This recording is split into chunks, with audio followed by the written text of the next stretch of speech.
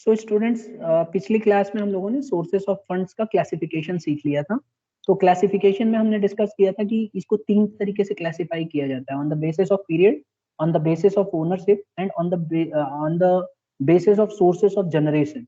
आइए सबसे पहले हम समझते हैं कि on the basis of period में 3 पीरियड होते हैं, लॉन्ग टर्म, मीडियम टर्म और शॉर्ट टर्म। अब हम कैसे पता करें कि कौन सा लॉन्ग टर्म है और कौन सा शॉर्ट टर्म है? तो देखो, लॉन्ग टर्म फाइनेंस जो होता है ये फिक्स कैपिटल होता है, मिनिमम ये 5 साल तक यूज होते हैं। तो जब भी कोई बिजनेस कोई फिक्स कैपिटल में पैसा लगाती है और कम से कम 5 साल के लिए उसको इस्तेमाल करती है, तो उसको जो जो यूज होता है इन्वेस्टमेंट के लिए एसेट, उसको हम लोग लॉन्ग टर्म फाइनेंस बोलते हैं। फिक्स कैपिटल यूजुअली जो है इसको रेज किया जाता है शेयर होल्डर से, डिबेंचर होल्डर से, फाइनेंशियल इंस्टीट्यूशन से और रिटेन्ड अर्निंग, क्योंकि ये पैसा लंबे समय तक चलता है। बात करते हैं शॉर्ट मीडियम टर्म फाइनेंस की। तो 1 से 5 साल के बीच में जो पैसा हम लोग रेज करते हैं ना यूज करने के लिए, उसको हम बोलते हैं मीडियम टर्म फाइनेंस। ये भी हमने पढ़ा था, ज्यादातर हम फाइनेंशियल इंस्टीट्यूशन से करते हैं, कमर्शियल बैंक से, पब्लिक डिपॉजिट। और शॉर्ट टर्म फाइनेंस होता है 1 साल या उससे कम के लिए। फिर इसी तरह से on the basis of ownership भी हमने किया था। इसमें ओनर्स फंड जो होता है ये वो पैसा है जो ओनर ने बिजनेस में लगाया। मोस्टली आप देखेंगे इक्विटी शेयर होल्डर और रिटेन अर्निंग के थ्रू ये पैसा लगा होता है। अच्छा, बात करते हैं ओनर्स फंड की कुछ खूबियों की। तो ये वो फंड्स हैं जो मतलब एक तो इसको रिस्क कैपिटल माना जाता है, क्योंकि जो ओनर्स फंड होता है ना, इसको जो लोग इक्विटी शेयर्स खरीदते हैं वो बहुत ज्यादा रिस्क लेते हैं, तो इसीलिए इसको रिस्क कैपिटल कहा जाता है। All the risk with the regard to enterprise lies on the shoulders of the owners and hence their capital bears all the risk. Like मान लो इक्विटी शेयर होल्डर्स ने बिजनेस के अंदर पैसे लगाए, तो वो ये सोच के लगाते हैं कि अगर बिजनेस नहीं चलेगी तो उनके पैसे तो वापस कभी मिलेंगे नहीं लाइफ टाइम में। तो इसीलिए वो बहुत ज्यादा रिस्की कैपिटल माना है। दूसरा, it is a permanent source of capital. इसको परमानेंट सोर्स कैपिटल माना जाता है क्योंकि परमानेंट बिजनेस के लिए यूज होता है। और तीसरी चीज है, इसका फीचर है नो सिक्योरिटी इज रिक्वायर्ड। देखो स्टूडेंट, इसमें ना आपको सिक्योरिटी लेने की जरूरत नहीं है। तो जब भी ओनर्स फंड आप रेज करोगे तो you will not require any security for that. तो ओनर्स फंड में एक तो इक्विटी शेयर आता है, इसके लिए आपको सिक्योरिटी लेने की जरूरत नहीं है। ठीक है? तो जब भी कोई कंपनी इक्विटी शेयर रेज करेगी तो उसको बदले में गिरवी नहीं रखना पड़ेगा अपने लैंड, बिल्डिंग या कुछ भी। और सबसे लास्ट है, it provides the right to manage and control the business. ये अधिकार देती है कि आप बिजनेस को कंट्रोल कर सकते हो। तो जो ओनर्स होते हैं they are the real owner, जो इक्विटी शेयर होल्डर्स होते हैं they are the real owner. तो उनके पास पावर होती है बिजनेस को कंट्रोल करने की, तो वो बिजनेस को कंट्रोल कर सकते हैं। कैसे कंट्रोल करेंगे, कौन बताएगा? सर, इनके पास वोटिंग राइट होता है, तो ये बोर्ड ऑफ डायरेक्टर को चूज कर सकते हैं, जो कि बिजनेस को रन करने में मदद करते हैं। ठीक है, तो मैं इसको थोड़ा सा और सिंपल करके बताता हूँ कि देखो, इक्विटी शेयर होल्डर्स लाखों हो सकते हैं, हजारों हो सकते हैं। ठीक है, लेकिन जो बड़े बड़े पद पे बैठते हैं, जैसे बोर्ड ऑफ डायरेक्टर्स हो गए, सीईओ हो गए, है ना, जनरल मैनेजर हो गए और चेयरमैन हो गए, तो ये लोग बहुत ज्यादा नहीं हो सकते हैं कंपनी में। तो ये लोग क्या करते हैं, जो इक्विटी शेयर होल्डर्स होते हैं ये कुछ लोगों को चुनते हैं और उनको गद्दी पे बिठाते हैं कि ठीक है, आप हमारे बिजनेस का फैसला कीजिए, आपको जो उचित लगता है उसका डिसीजन आपको लेना है, हम आपको चुनते हैं। तो ये लोग डिसीजंस लेते हैं। तो देखा जाए तो जैसे तनीषा ने बताया कि सर ये लोग, इनके पास वोटिंग राइट होता है, ये सिलेक्शन करते हैं कि किसको रखा जाए। मतलब बेसिकली वोट देने का मतलब यही है कि आप चुन रहे हो। तो देखा जाए तो एक तरह से यही मैनेज और कंट्रोल करते हैं, क्योंकि इनके पास पावर होती है कि किसको चुनना है, किसको नहीं चुनना है। तो जिसको ये चुनेंगे वही इनके बिहाफ पे काम करेगा और इनके हिसाब से काम करेगा। अगर इनको लगता है कि ढंग से काम नहीं कर रहा है तो एनुअल जनरल मीटिंग में उसको वोट उसके अगेंस्ट में दे सकते हैं। तो इससे क्या होगा कि उसको हटाना पड़ेगा और कोई नया बोर्ड ऑफ डायरेक्टर बन जाएगा, फिर वो अपना डिसीजंस लेगा। तो इस तरह से चलेगा। तो इसीलिए इसकी एक खास फीचर ये है कि इसमें कंट्रोल करने की पावर होती है ओनर्स फंड में। फिर दूसरे नंबर पे आता है बोरोड फंड्स। देखो, बोरोड फंड्स क्या है, हम पहले भी पढ़ चुके हैं। ये वो पैसा है जो कंपनी ने उधार लिया है, और उधार बैंक से भी ले सकती है, फाइनेंशियल इंस्टीट्यूशन से भी ले सकती है, पब्लिक डिपॉजिट्स के थ्रू भी ले सकती है। तो इसको हम बोरोड फंड्स बोलते हैं। अगर हम बोरोड फंड्स के बारे में बात करें कि इसकी क्या खूबियां होती है, तो एक तो ये है कि ये हमेशा फिक्स पीरियड के लिए लिया जाता है। जैसे मान लो अगर आपने बोरो किया है, मान लो आपने 8 साल के लिए बोरोड फंड्स लिया है, तो बताइए लॉन्ग टर्म फंड्स है कि मीडियम है कि शॉर्ट है? Sir, long term. लॉन्ग है, क्योंकि 5 साल से ज्यादा के लिए लेंगे तो लॉन्ग टर्म हो जाएगा। तो ये आप एक लिमिटेड टाइम के लिए लेते हो, फिर इसके पैसे को आपको लौटाना पड़ता है एक ना एक। तो इसीलिए इसको बोलते हैं raise for a fix period. दूसरा, fixed interest rate is to be paid even there is a loss. अगर बिजनेस को लॉस भी हो रहा है ना, तब भी इंटरेस्ट देना पड़ेगा। इसमें ऐसा नहीं है कि लॉस हो रहा है तो आप इंटरेस्ट नहीं दोगे, you will have to pay interest if there is a loss to the business. और तीसरा आता है चार्ज ऑन एसेट्स। देखो इसको चार्ज ऑन एसेट्स माना जाता है, क्योंकि एसेट को गिरवी रख के ही लोन लिया गया होता है, तो इसीलिए इसको मॉर्गेज करा के लेना होता है। तो चार्ज ऑन एसेट्स है। क्या equity share charge on assets है स्टूडेंट? No no sir. ठीक है, तो हमारा जितना भी बोरोड फंड होता है, चाहे वो बैंक से लोन हो, चाहे पब्लिक डिपॉजिट्स हो, चाहे फाइनेंशियल इंस्टीट्यूशन से आपने लोन ले रखा है, तो हमेशा चार्ज ऑन एसेट्स होता है, बदले में गिरवी देना पड़ता है। जबकि इक्विटी शेयर में गिरवी नहीं देना पड़ता कंपनी को।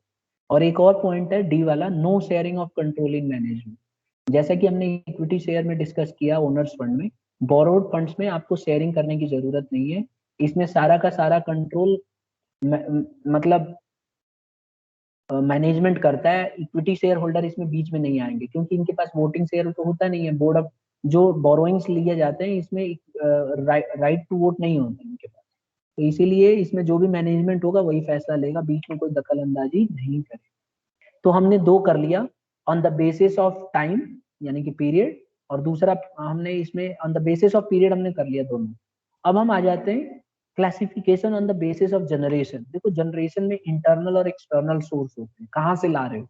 एक होता है इंटरनल, इंटरनल सोर्स होता है जो आपने बिजनेस के अंदर से लिए, जैसे equity share holders, retained earnings, ये अंदर के लोग होते हैं। और एक होता है एक्सटर्नल सोर्स। एक्सटर्नल सोर्स वो सोर्स होता है जो हम बाहर से लेते हैं, जैसे डिबेंचर से ले लेना, बैंक लोन से लेना, पब्लिक डिपॉजिट्स के थ्रू लेना, तो ये एक्सटर्नल सोर्स हो गया। ठीक है, यहाँ तक क्लियर है? Yes sir. अब अगला टॉपिक है choice of source of finance. हम मतलब जब हम चुनते हैं, जब हम सोर्स चुनेंगे तो कौन सा सोर्स चुनेंगे, इंटरनल चुनेंगे या एक्सटर्नल चुनेंगे, है ना, कौन सा तरीका हम अपनाएंगे। तो business can raise funds from various sources by the way of issue of shares. कई तरीके ढूंढ सकती है, इक्विटी से ले सकती है, रिटेन अर्निंग के थ्रू ले सकती है, डिबेंचर्स के थ्रू कंपनी पैसा रेज कर सकती है, फाइनेंशियल इंस्टीट्यूशन से लोन ले सकती है, कमर्शियल बैंक से ले सकती है, पब्लिक डिपॉजिट से ले सकती है। तो इसके पास बहुत सारे सोर्सेस हैं, और हर एक अपने सोर्स के ना अपने फायदे और अपने नुकसान हैं। तो आज हम यही पढ़ेंगे कि कौन से सोर्स से कितना फायदा है और कितना नुकसान है। तो सबसे पहले हम बात करेंगे इशू ऑफ शेयर्स की। शेयर्स से हमें क्या फायदा है, इक्विटी इक्विटी शेयर्स से हमें क्या फायदा होता है। तो देखो इशू ऑफ शेयर से सबसे बड़ा फायदा है कि the capital of the company. पहले तो हम ये समझते हैं कि शेयर्स होते क्या है। देखो शेयर्स जो होते हैं ना, ये देख रहे हो सब शेयर होल्डर है, तो ये जो एक एक पीस देख रहे हो, जब हम कंपनी जब पैसे मंगाती है शेयर, तो उसको कई टुकड़ों में बांट देती है। जैसे अगर आप शेयर्स मंगाओगे तो हर एक शेयर का आपको पहले रेट तय करना पड़ेगा। जैसे मान लो एक शेयर का आपने रेट तय कर दिया 100 रुपए, तो एक शेयर का दाम 100 रुपए हो जाएगा। तो अगर जैसे मान लो ये रेड वाला है, जैसे ये वाला, तो इसने कितने शेयर खरीद रखे हैं, गिन के बताओ तो जरा देखो।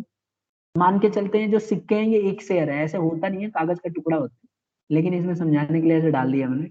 बताना जरा कितने शेयर है इसके पास। 6। सर के पास 7 कॉइन्स हैं। मेरी आंख खराब हो रही है क्या? मुझे 6 दिख रहे हैं। ठीक है, तो मान के चलते हैं सर 6 है, ठीक, 6 है, तो 6 शेयर्स हैं। अरे ये तनीषा, देखो आंख चेक करो, हरी सब्जियां खाओ।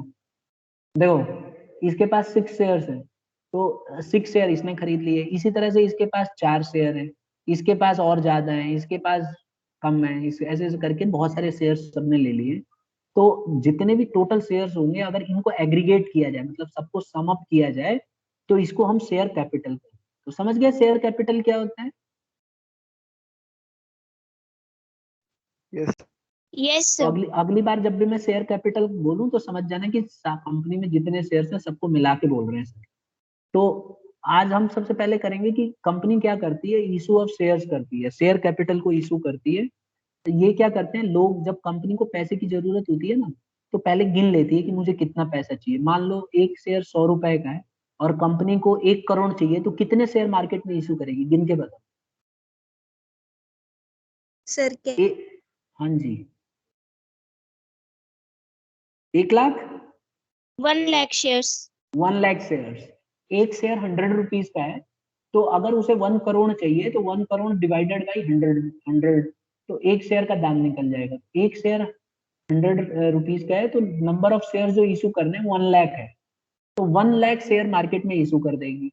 अब मान लो दिल्ली में 10,000 शेयर खरीद लिए लोगों ने, इसी तरह से मुंबई में किसी ने खरीद लिया, इसी तरह से चेन्नई में खरीद लिया, बंगाल में खरीद लिया, तो ऐसे करके शेयर्स का पता ही नहीं चलता, अचानक खत्म हो जाता।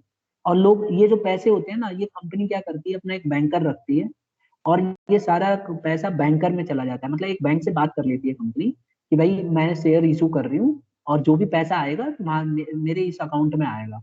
तो वो बैंकर क्या करता है, पूरा हिसाब किताब रख लेता है, उसके पास सारा पैसा। मैं मतलब एक तरह से बहुत ब्रीफली बता रहा हूँ, ठीक है, बहुत इसका प्रोसेस अंदर बहुत है, लेकिन मैं समझाने के लिए सीधा टू द पॉइंट बता रहा हूँ। तो कंपनी क्या करती है, बैंकर से बात कर लेती है और बोलती है कि मैंने मार्केट में 1 लाख शेयर इशू किए हैं और ये पैसे ना तुम्हारे बैंक में आ जाएंगे, ये एड्रेस है, तो इसी का अकाउंट नंबर हम दे रहे हैं। तो बैंकर कहता है ठीक है, मैं थोड़ा बहुत कमीशन ले लूंगा और मैं तैयार हूँ इस बात के लिए। फिर क्या होता है, जब लोग शेयर्स खरीदते हैं तो सबके पैसे वो अपने बैंक से खरीदते हैं, तो उनके बैंक से पैसे ट्रांसफर हो जाता है इसके बैंक में, इसके कंपनी के। और कंपनी क्या करती है, बदले में शेयर इशू कर देती है और इशू करके उनको, आज की डेट में तो फिजिकल फॉर्म में तो देती नहीं है, डिजिटल फॉर्म में वो क्या करती है, एक शेयर ऐसे बना के और उनके पास चला जाता है इंफॉर्मेशन और उनके पास रिकॉर्ड हो जाता है और बैंकर के पास भी रिकॉर्ड रहता है कि इतने शेयर्स इस आदमी के आए। और कंपनी के पास जितने भी पैसे आते हैं, 1 लाख शेयर से ज्यादा भी आ सकते हैं और कम भी आ सकते हैं। तो 1 लाख मान के चलते हैं हम लोग कि 1 लाख से ज्यादा आ गए, सपोज करो 3 लाख आ गए, तो 2 लाख शेयर वापस लौटा देगी जिनके फालतू आए हैं और बाकी अपने लिए रख लेगी। तो 1 करोड़ कंपनी के पास इकट्ठे हो गए। अब इस पैसे से कंपनी अपना काम कर सकती है। Am I clear? सर जो पैसे एक्स्ट्रा आते हैं उसे भी 60 days में रिटर्न करना होता है ना? हाँ, जो पैसे एक्स्ट्रा आते हैं उसको वो टाइम लाइन होती है, उसके अंदर ही अंदर आपको लौटाने होते हैं, नहीं तो आपके ऊपर चार्ज लगना शुरू हो जाएगा और जितने भी बोर्ड ऑफ डायरेक्टर्स होते हैं उनसे भी पेनल्टी उनके ऊपर भी लगेगी। तो ये रूल है और सेबी इसको कंट्रोल करती है। और जिन लोगों ने शेयर्स खरीदे होते हैं ना, उनको हम लोग शेयर होल्डर बोलते हैं, मतलब जिन्होंने सब्सक्राइब किए होते हैं। सब्सक्राइब का मतलब है वो कहते हैं कि ठीक है मैं इतना शेयर खरीद रहा हूँ, लेकिन जरूरी नहीं है कि कंपनी उतना ही शेयर दे। कभी कभी तो ऐसा भी होता है, एक ही आदमी बहुत सारे शेयर खरीद लेता है, लेकिन कंपनी उसको बोलती है नहीं हम इतना नहीं दे सकते, हमारे पास बहुत शेयर्स की डिमांड आ गई है, आपको हम आधा ही देंगे, या आपने जितना मंगाया उसका 10% ही देंगे, बाकी आपके पैसे हम वापस आपके बैंक में लौटा रहे हैं। तो इस तरह से हो जाता है, क्योंकि कंपनी को तो 1 करोड़ ही चाहिए था, ज्यादा लेके क्या करेगी? जब 1 करोड़ की जरूरत है तो 1 करोड़ ही लेगी, ऑब्वियस सी बात। अब क्या ये पैसे लौटाने पड़ेंगे कंपनी को, ये बताओ? सर एक बार दोबारा रिपीट कर दो क्वेश्चन। मैं कह रहा हूँ कंपनी ने 1 लाख शेयर्स मंगाए, 3 लाख आ गए, कंपनी ने क्या करा, 2 लाख शेयर होल्डरों को मना कर दिया कि भाई हम आपके पैसे नहीं ले सकते। मना करने के तरीके अलग अलग हैं। ऐसा भी हो सकता है 1 लाख शेयर होल्डरों को रख ले, बाकी के 2 लाख के सारे पैसे लौटा दे। ये भी कर सकती है कि कुछ लौटाए कुछ रख ले, एडजस्ट कर ले। तो ये सारे तरीके अपना सकती है कंपनी। ओवरऑल मैं ये पूछ रहा हूँ कि क्या कंपनी के ये जो इक्विटी शेयर्स के थ्रू रेज किया है कंपनी ने, इशू ऑफ शेयर्स के थ्रू, क्या ये पैसे लौटाने पड़ेंगे फ्यूचर में अगर इक्विटी शेयर हुआ तो? No sir. No sir. अच्छा, जिस आदमी ने शेयर्स खरीदे हैं, क्या वो मार्केट में शेयर्स को बेच सकता है?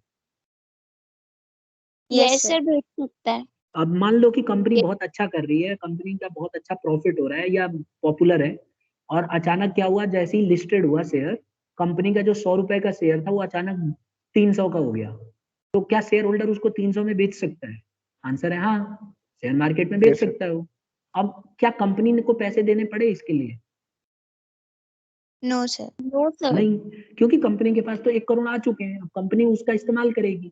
अब मार्केट में डिमांड एंड सप्लाई होता है, जिसने खरीदा वो इसके शेयर उसके नाम पे चला जाएगा और वो उतने पैसे दे देगा।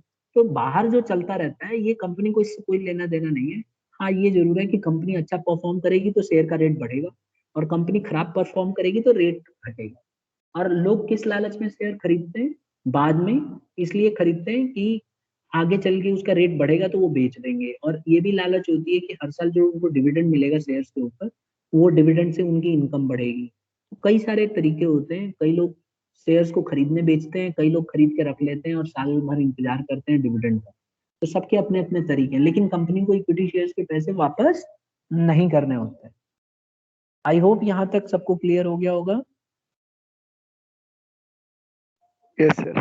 Yes sir. ठीक है, ठीक है। अब टाइप्स ऑफ शेयर्स की बात करते हैं। देखो कई तरह के शेयर्स होते हैं, एक इक्विटी शेयर्स होते हैं और एक डिफरेंस शेयर्स होते हैं। सबसे पहले हम बात करेंगे इक्विटी शेयर्स की। जैसे अभी मैंने बताया कि इक्विटी शेयर्स वो शेयर्स होते हैं जिनके पास कोई स्पेशल और प्रेफरेंशियल राइट नहीं होता है डिविडेंड को लेकर। मतलब इनको ना अलग से डिविडेंड का रेट फिक्स नहीं होता है, कंपनी की मर्जी होती है कितना डिविडेंड देगी। अगर प्रॉफिट कमाया तो कंपनी इनको डिविडेंड देती है, लेकिन पहले से नहीं बताया जाता कि कितना डिविडेंड मिलेगा। कंपनी के बोर्ड ऑफ डायरेक्टर्स तय कर, और आप समझ सकते हो कि अगर कंपनी के बोर्ड ऑफ डायरेक्टर इनको कम डिविडेंड देंगे तो ये नाराज होकर उनको अगेंस्ट में वोट भी कर सकते हैं।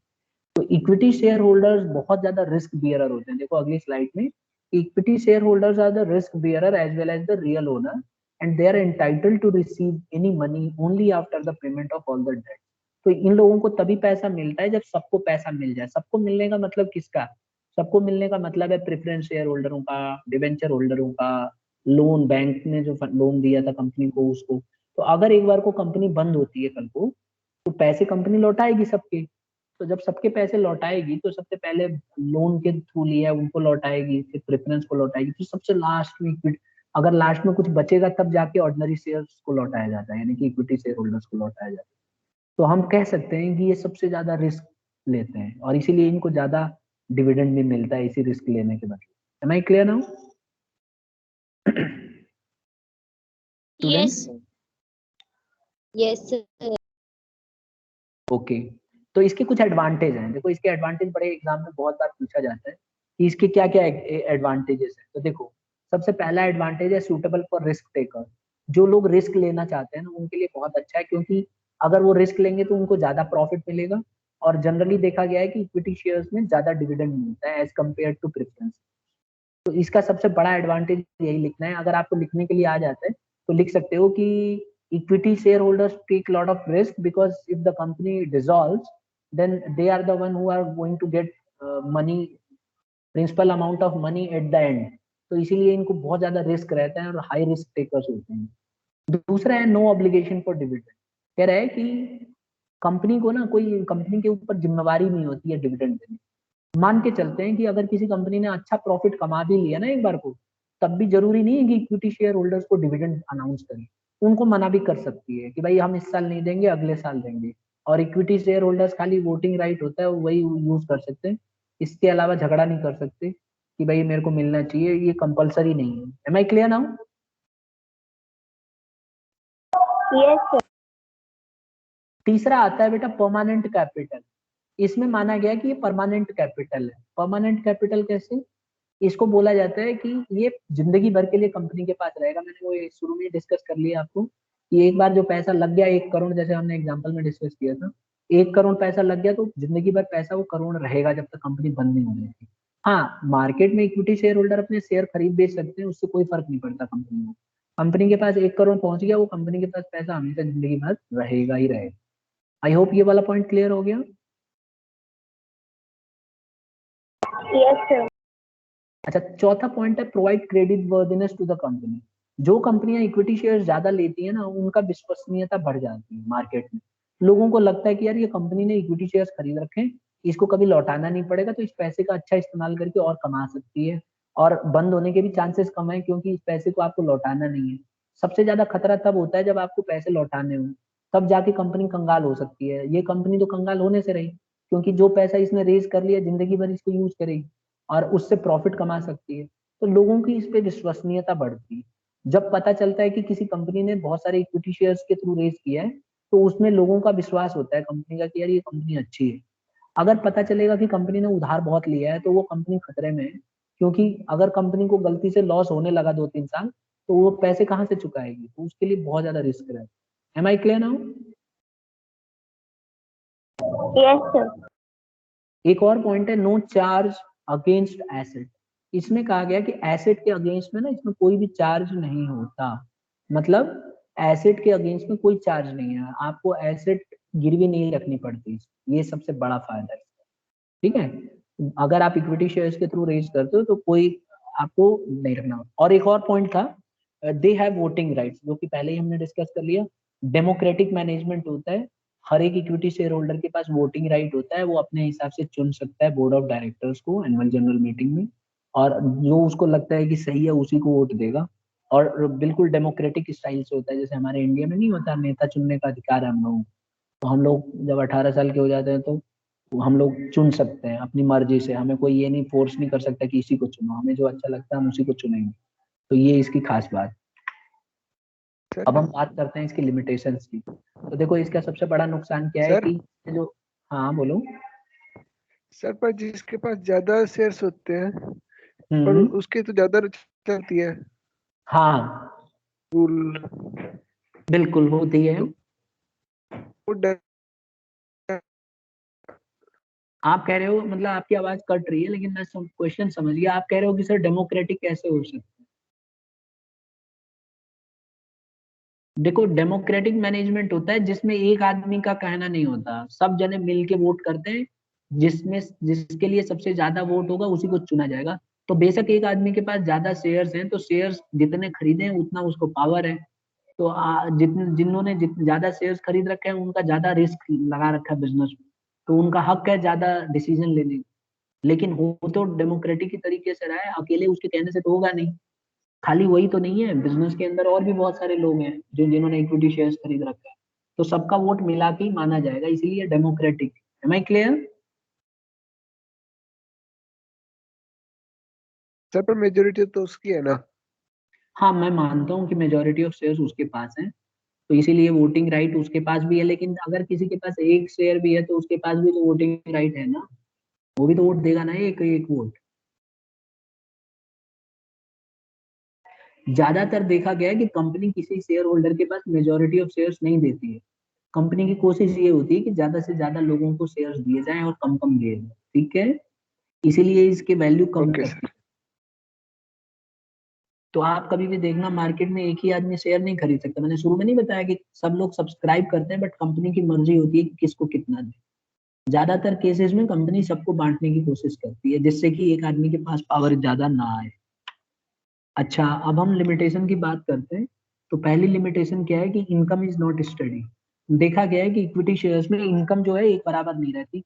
कभी कभी किसी साल इनकम होती है तो मिल जाती है, कभी कभी कंपनी कम डिविडेंड अनाउंस करती है, तो इस तरह के सिचुएशंस आते रहते हैं कंपनी में। तो इक्विटी शेयर होल्डर्स का सबसे बड़ा नुकसान ये है कि उनकी डिविडेंड फ्लक्चुएट होती है, फिक्स रेट होता नहीं है, तो इसीलिए उनके डिविडेंड बढ़ भी सकता है और घट भी सकता है। दूसरा ये high cost. Equity share raise करने के लिए बहुत खर्चा लगता है, आपको बहुत खर्च देने पड़ेंगे, क्योंकि इसमें कागजी कार्रवाई बहुत होती है, तो lot of expenses are incurred. तो ये एक इसका सबसे बड़ा नुकसान है। तीसरा, dilution of control for existing share holders. जैसे मान लीजिए आप इक्विटी शेयर होल्डर पहले से ही हो, और भी लोग इक्विटी शेयर्स बन जाएं, कंपनी ने इक्विटी शेयर और रेज कर लिए मार्केट में, तो आपकी पावर धीरे धीरे कम हो जाएगी। जो आप कह रहे थे ना, वही वाला पॉइंट बता रहा हूँ कि हो सकता है कि कंपनी ने और इक्विटी शेयर्स रेज कर दिए हो, तो मार्केट में और इक्विटी शेयर होल्डर बढ़ते चले जाएंगे, तो आपकी पावर अकेले कम हो जाएगी, ठीक है, डाइल्यूट हो जाएगी, जो कि अच्छी बात भी है। और लास्ट में कॉम्प्लेक्स लीगल फॉर्मेलिटीज। इसमें लीगल फॉर्मेलिटीज बहुत होती हैं, खास करके जब शेयर्स इशू होते हैं तो उसमें कागजी कार्रवाई खूब करनी पड़ती है, आपको तरह तरह के डॉक्यूमेंट्स बनवाने पड़ते हैं, सेबी से परमिशन लेनी पड़ती है, भाग दौड़ होती है, तो इसमें बहुत खर्चे लग जाते हैं। एग्जाम्पल के तौर पे आपको बैंकर को तय करना पड़ता है कि भाई तू मेरे पैसे इकट्ठे करके रखेगा, अगर 90% से कम पैसे आए तो तुम दोगे, बदले में मैं कमीशन दूंगा। तो इस तरह की लीगल फॉर्मेलिटीज बहुत है जो आपको करना पड़ता है। और जैसे कि तनीषा ने बताया था कि सर अगर मान लो शेयर्स जितने हमने मंगाए हैं उससे 90% से कम आए तो हमें एक फिक्स डेज के अंदर उसको लौटाना पड़ेगा, नहीं लौटाओगे तो भयंकर फाइन लगेगा। ये सारे खर्चे बढ़ते चले जाते हैं। क्लियर है यहाँ तक? Yes, sir. ठीक है। तो यस आज की सर। क्लास में स्टूडेंट्स हम लोग इतना ही करते हैं। इक्विटी शेयर्स हमने पढ़ लिया, इसके लिमिटेशंस पढ़ लिए, और हमने सोर्सेस ऑफ फाइनेंस कर लिया, ठीक है। अगली क्लास में हम प्रेफरेंस शेयर्स पढ़ेंगे, इसके एडवांटेजेस डिसएडवांटेजेस डिस्कस करेंगे। तब तक आप इतना नोट्स बना के रखा ही हुआ है आपने,